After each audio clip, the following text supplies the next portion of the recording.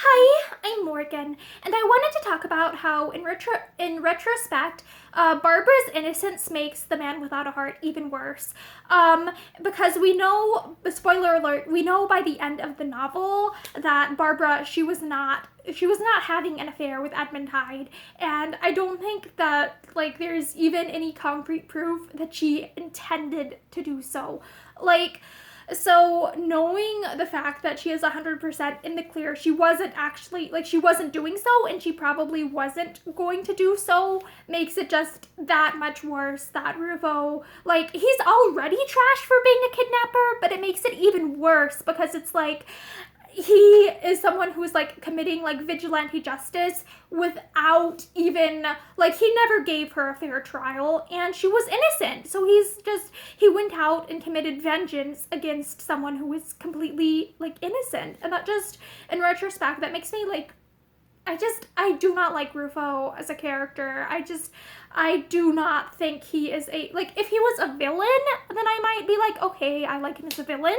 But the fact that he's painted into this romance Byronic hero makes me I don't like him. I don't think he is I don't think he is suitable as a love interest. I think he's a trash, absolute trash love interest. And if he was a villain, I would, honestly, I would consider him to be a well-written villain, not a love interest. He is terrible as a love interest. That makes me why is this considered, why was The Man Without a Heart considered a romance novel? It is not a romance novel to me. It's this is a story about how someone ends up in an abusive relationship, and if Stockholm Syndrome was a word at the time, that is, I'm not 100% sure because this novel was written in the early 20th century. Did they know about Stockholm Syndrome? Because it's if Beauty and the Beast is an example of Stockholm Syndrome, The Man Without a Heart 100% is. It is just, I'm just thinking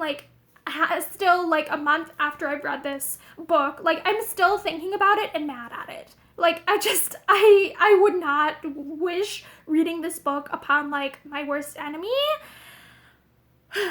Why am I? But yet I still intend to post it to YouTube. Maybe so other people can suffer with me. Because there's that old saying, misery loves company. But I'm just in retrospect, The Man Without a Heart is one of those books that makes me very pissed off. And it's similar to The Tenant of Wildfell Hall, where I just get super mad because of why? Why do people write these situations? I get so mad at the characters. I'm it's such a textbook example of an unhealthy toxic relationship dynamic, and I hate that it's romanticized. So yeah, sorry to ramble, but I wanted to talk about, in retrospect, how Barbara's innocence and the fact that it's she was never an adulteress makes it so much worse, and it makes everything that Ruffo did even worse, and I'm still mad at this book. So yeah, I hope you have a great day.